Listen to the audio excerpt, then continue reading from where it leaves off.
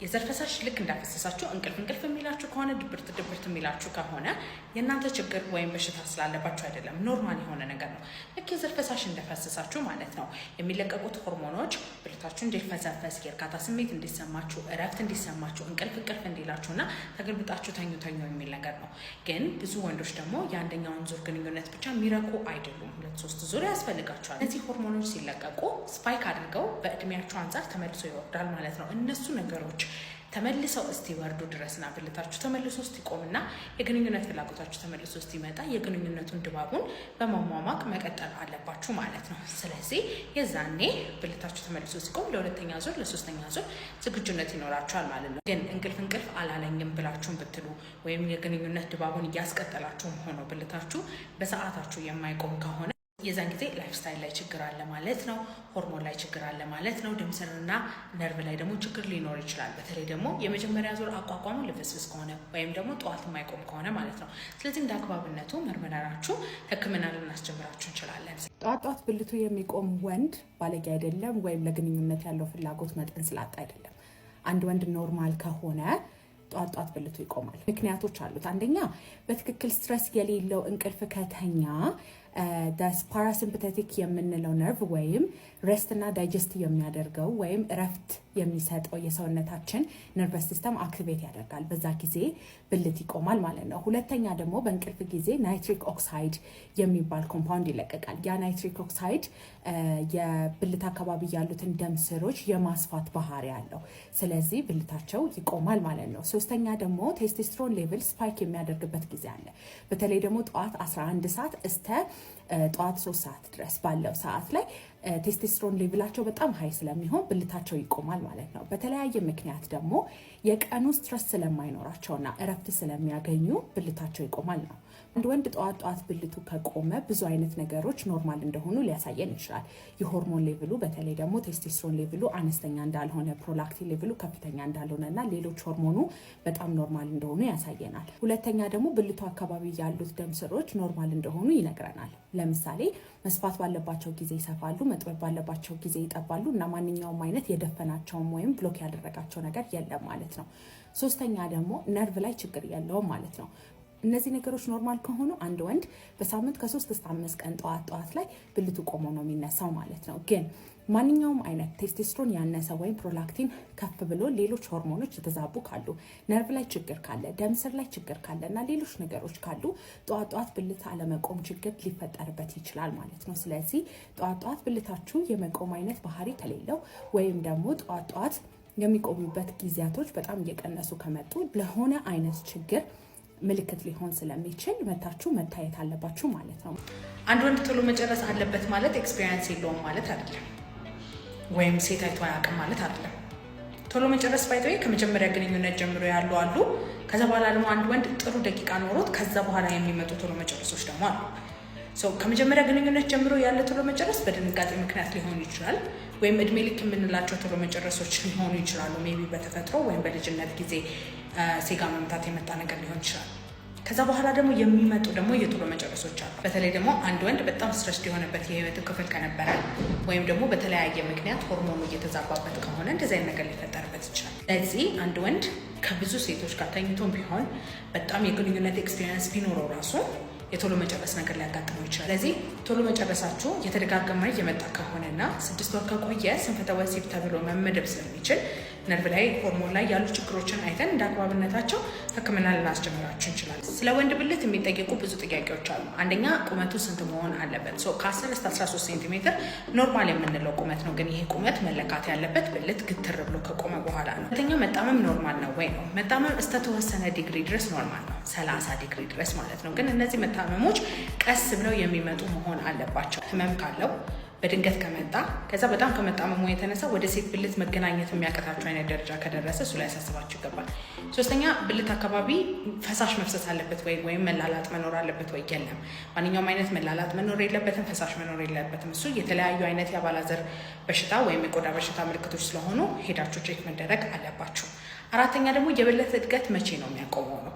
ብዙ ጊዜ ከ16 እስከ 19 የሚሉ ሪሰርቸሮች አሉ። አንዳንድ ሰዎች ደግሞ ከ16 እስከ 18 ዓመት የሚሉ አሉ። ግን 18 ዓመት ካለፈ በኋላ ብልት ማሳደጊያ የለም፣ በሳይንሱ የተረጋገጠ ነገር የለም። ስለዚህ በየቦታው እየሄዳችሁ ገንዘባችሁን አትበሉ። የብልት መጣመም፣ የብልት ማነስ እና ብልት ላይ የሚወጡ ቁስሎች ወደ ስንፈተ ወሲብ ያጋልጡኛል ወይም ለቶሎ መጨረስ፣ ለብልት አለመቆም ችግር ያጋልጡኛል ብላችሁ አስባችሁ ከሆነ የሚያጋልጡ ነገሮች አሉ። በተለይ አባላዘር በሽታ የቆየ ከሆነ ነው እንጂ የብልት ማነስ ሆነ የብልት መጣመም ለብልት አለመቆም ችግርም ሆነ ለቶሎ መጨረስ የሚያጋልጥ ነገር የለም። እነዚህ ስንፈተ ወሲቦች የሚመጡት ጡንቻ ላይ፣ ደም ስር ላይ፣ ነርቭ ላይ፣ ሆርሞን ላይ ባሉ ችግሮች ናቸው። እነሱ እንደ አግባብነታቸው ሕክምና ሊሰጣቸው ይችላል። ለሚስቶች የሚሰጥ ምክር ፓርት 4 ትንንሹን ነገር ማድነቅ ልመዱ። እስቲ ማድነቅ ልመዱ፣ አካብት። ዋው እንደ ዛሬ ሆነ አታውቅም፣ እንደ ዛሬ አንበሳ ሆነ ህልኝ አታውቅም ምናምን ብላችሁ ትንሽ ነገር እኮ ሊሆን ይችላል።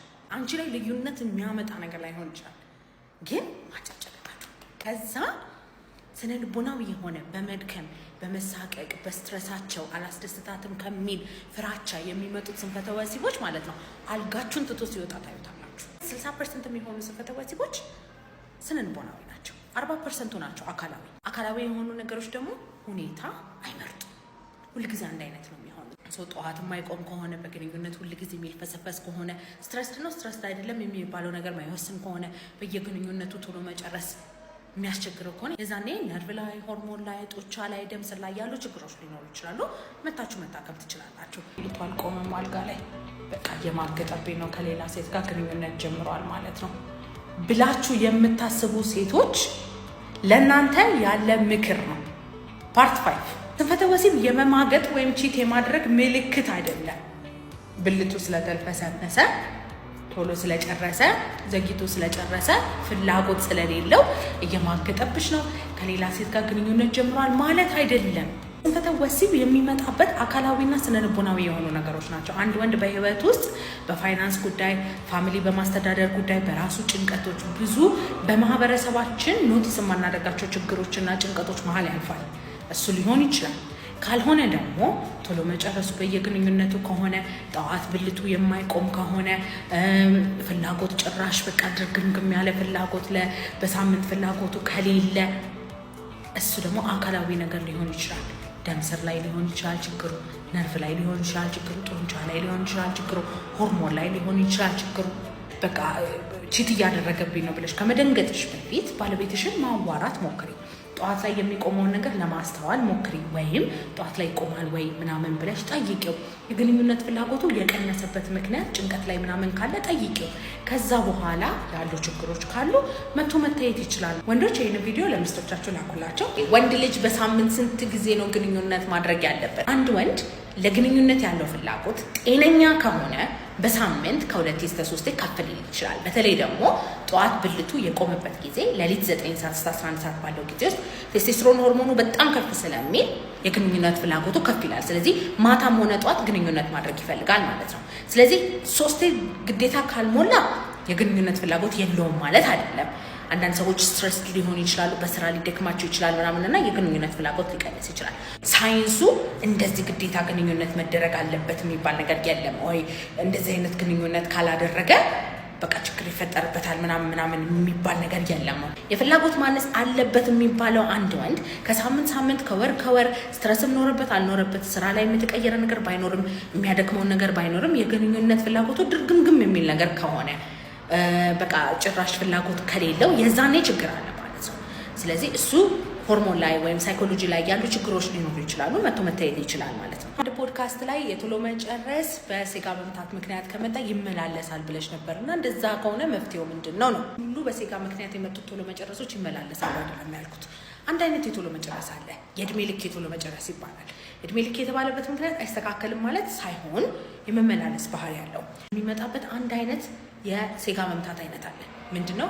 በልጅነት የሚጀመር የሴጋ መምታት። እሱ በልጅነታችሁ ጭንቅላታችሁን የማይሆን ነገር ታስተምሩትና እድሜ ልክ የሚቆይ የቶሎ መጨረስ ይኖራችኋል። ስለዚህ ከመጀመሪያ ግንኙነታችሁ አንስታችሁ ሕክምና ቦታ ስትመጡ ድረስ የቶሎ መጨረስ ይኖራችኋል። ሌላ አይነት የቶሎ መጨረስ አለ ደግሞ ደህና ነበራችሁ ከዛ በኋላ የመጣ ነገር። እሱ ዘላቂ የሆነ መፍትሄ ያለው መታችሁ ሆርሞናችሁን መርምረን ነርቭ ላይ ያለው ችግር ምናምን ካለ እንደ አግባብነቱ ሕክምና እናስጀምራቸዋለን።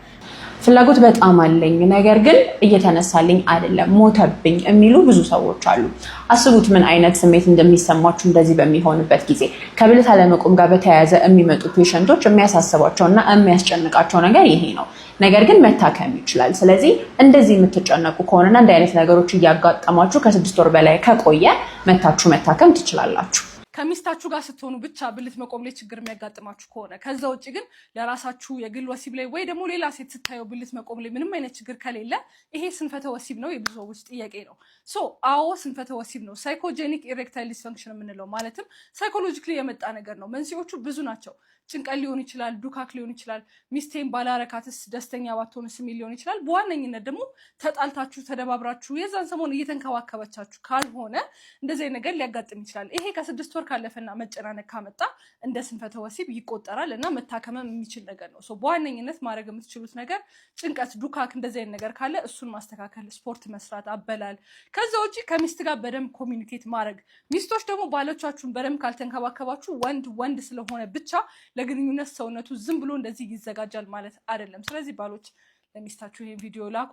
ከዛ ውጭ ግን በእርግጠኝነት ሳይኮሎጂካል ነው ለማለት ተጨማሪ ምርመራና ሕክምና ስለሚያስፈልግ እሺ አብዛኞቹ ሴቶች በግንኙነት ጊዜ የሚታሙት ደስታቸውን ይደብቃሉ ወይም ደግሞ ፌክ ያደርጋሉ የሚባል ነገር አለ። ማለት ፌክ ኦርጋዝም የምንለው ማለት ነው።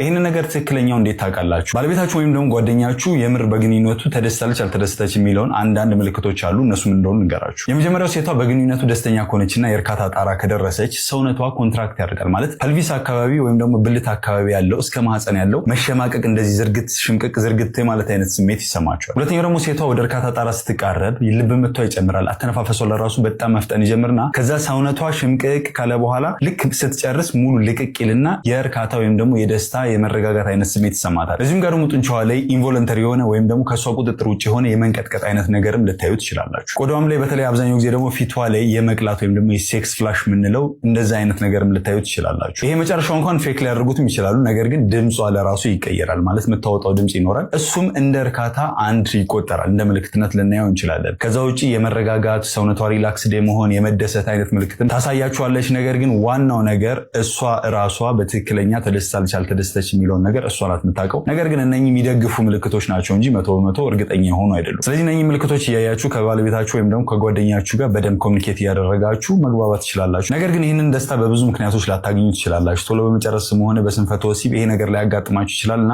ለመታከም የምትፈልጉ ባዮ ላይ ስልክ አለ፣ ደውላችሁ ቀጠሮ ማስያዝ ትችላላችሁ። መልካም ምሽት።